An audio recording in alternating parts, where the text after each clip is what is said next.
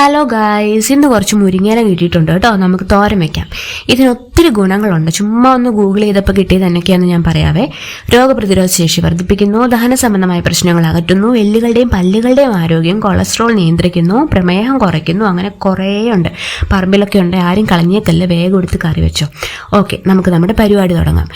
ഇതിന് മെയിനായിട്ട് വേണ്ട ഇൻഗ്രീഡിയൻറ്റ് മുരിങ്ങയില, പിന്നെ ഒരു കുഞ്ഞു സവോള കൊത്തിയരിഞ്ഞത്, ഒരു 4 വെളുത്തുള്ളി, 3 പച്ചമുളക്, ഒരു തണ്ട് കറിവേപ്പില, പിന്നെ ഒരു പിടുത്തം തേങ്ങ, 1/2 ടീസ്പൂൺ മഞ്ഞൾപ്പൊടിയും അതേ അളവിൽ ജീരകവും ഇട്ട് ഒന്ന് ഒതുക്കിയെടുത്തത്.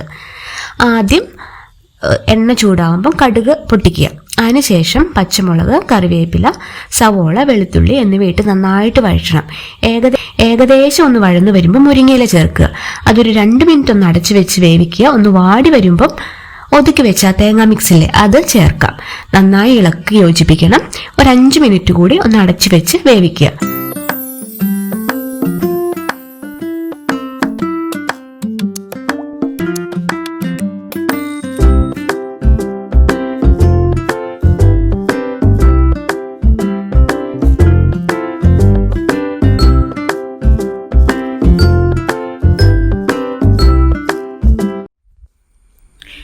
എന്നിട്ട് 2 മുട്ട പൊട്ടിച്ച് അതിനകത്തേക്ക് ഒഴിക്കണം. നടുക്കൊരു കുഞ്ഞു കുഴി ഉണ്ടാക്കിയിട്ട് അതിലോട്ട് മുട്ട ഒഴിച്ചാൽ മതി. എന്നിട്ട് അതൊന്ന് ചിക്കി നമ്മുടെ മുരിങ്ങയില തോരനുമായിട്ട് ഒന്ന് യോജിപ്പിക്കണം.